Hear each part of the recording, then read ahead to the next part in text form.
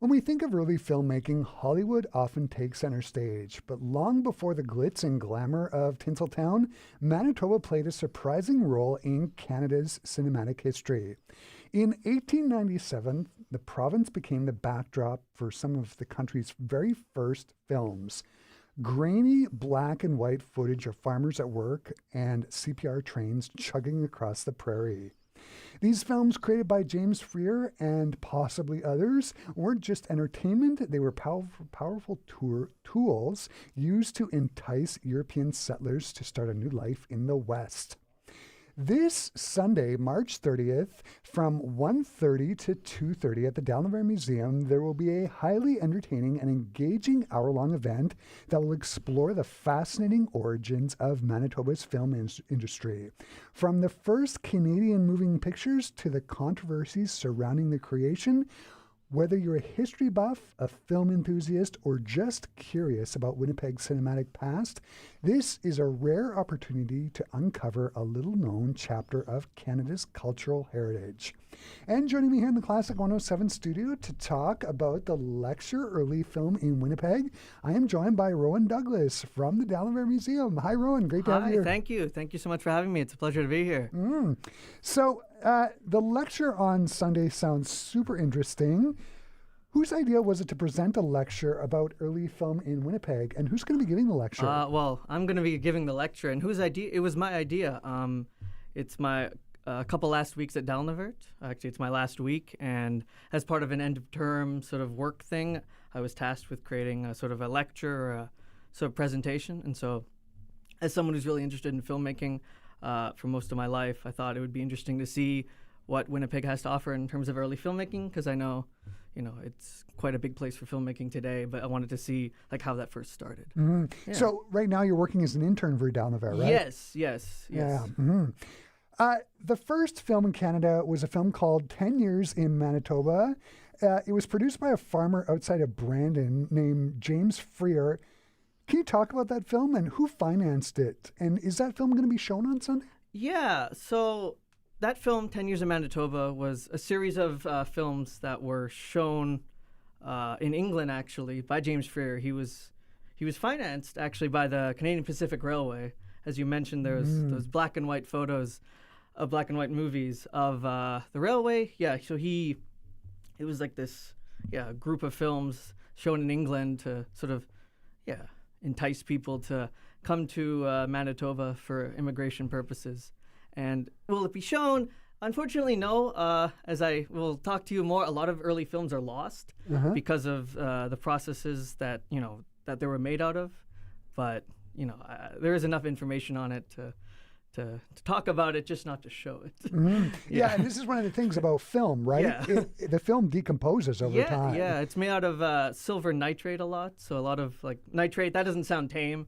So it's, little pieces of silver. It was very flammable. It was very, deteriorate easily. And so about 75% of all silent films are considered lost today. Yeah. And it was used as reading. It was used just sort of bring people over to Canada, and specifically get them into Manitoba. Yes. I fell down a rabbit hole on the Manitoba Historical Society's website this morning when I was prepping for the interview, and there seems to be some controversy about who actually shot the footage in the film. Can you talk about that? Who were Hardy and Cosgrove, and what role did they play in putting together the film? Yeah, so it was found in the past sort of 20 odd years or so that the footage may have not actually been shot by Freer, or at least not all of it. As for Hardy and Cosgrove, Hardy was a Winnipeg bartender at that time who seems to have shot some footage of 10 Years in Manitoba, and Cosgrove was a person who owned some movie cameras, and he also had his own footage. There was also a man called E.H. Emmett who was an American, and so 10 Years in Manitoba seems to be like a conglomeration of all those films and Freer's films, but Freer seems to have gotten the credit for it. Yeah. And I was reading. Apparently, there's footage of the premiere at the time in his farm, yes, working the fields. Yeah, that's true. I believe it's Thomas. My history's not so great. Yeah. I'm not from Manitoba, so I don't. But yeah, there is footage of that. Winnipeg was such a vibrant and bustling metropolis in the late 19th century. It really was the last stop before people made their way out into the west to seek their fortune on the prairie. Yeah. For you, what was the most fascinating thing and role that film had in promoting Manitoba in the West?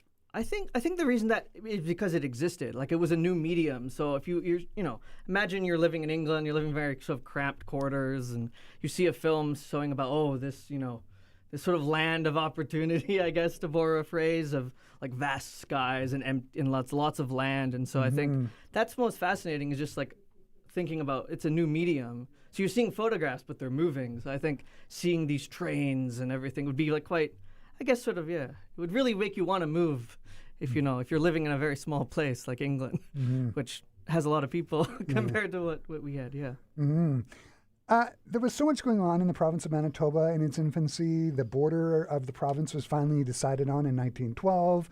You had the influx of immigrants, the outbreak of World War I, the general strike of 1919. Yeah. Are there going to be other historical films that are you going to be showing or talking about? Yeah. Well, mostly talking about, showing. I mean, a lot of them are lost, as mentioned before. But yeah, there are a few that I'll be talking about that show Winnipeg and show Manitoba.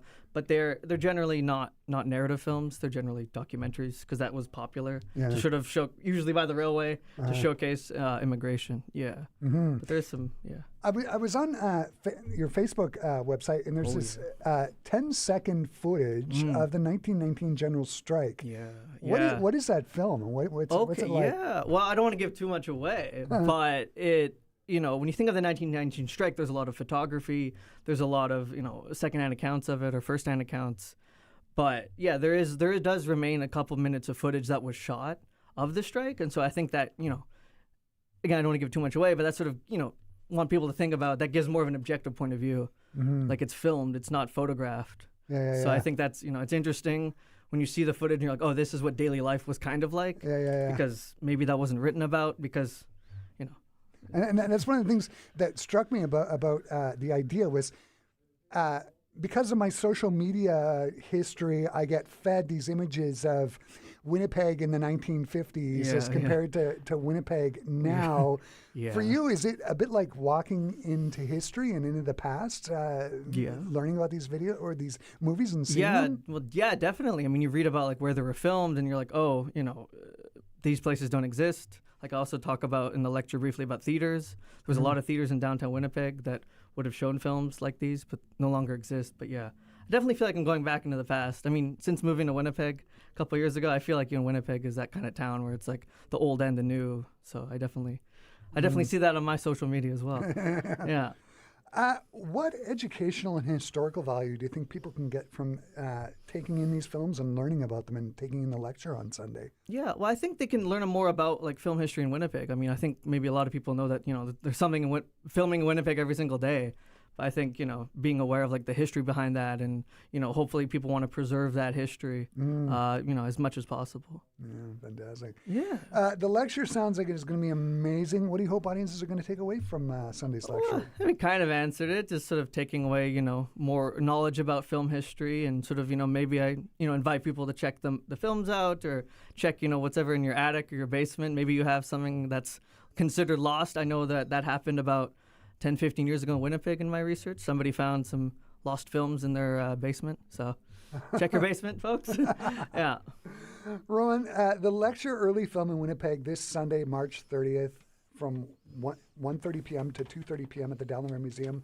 Sounds like it's going to be amazing and a great way for people to take a step back into the past and learn about the province of Manitoba. Thanks so much for stopping by and talking to me today. Thank you so much. Thank you.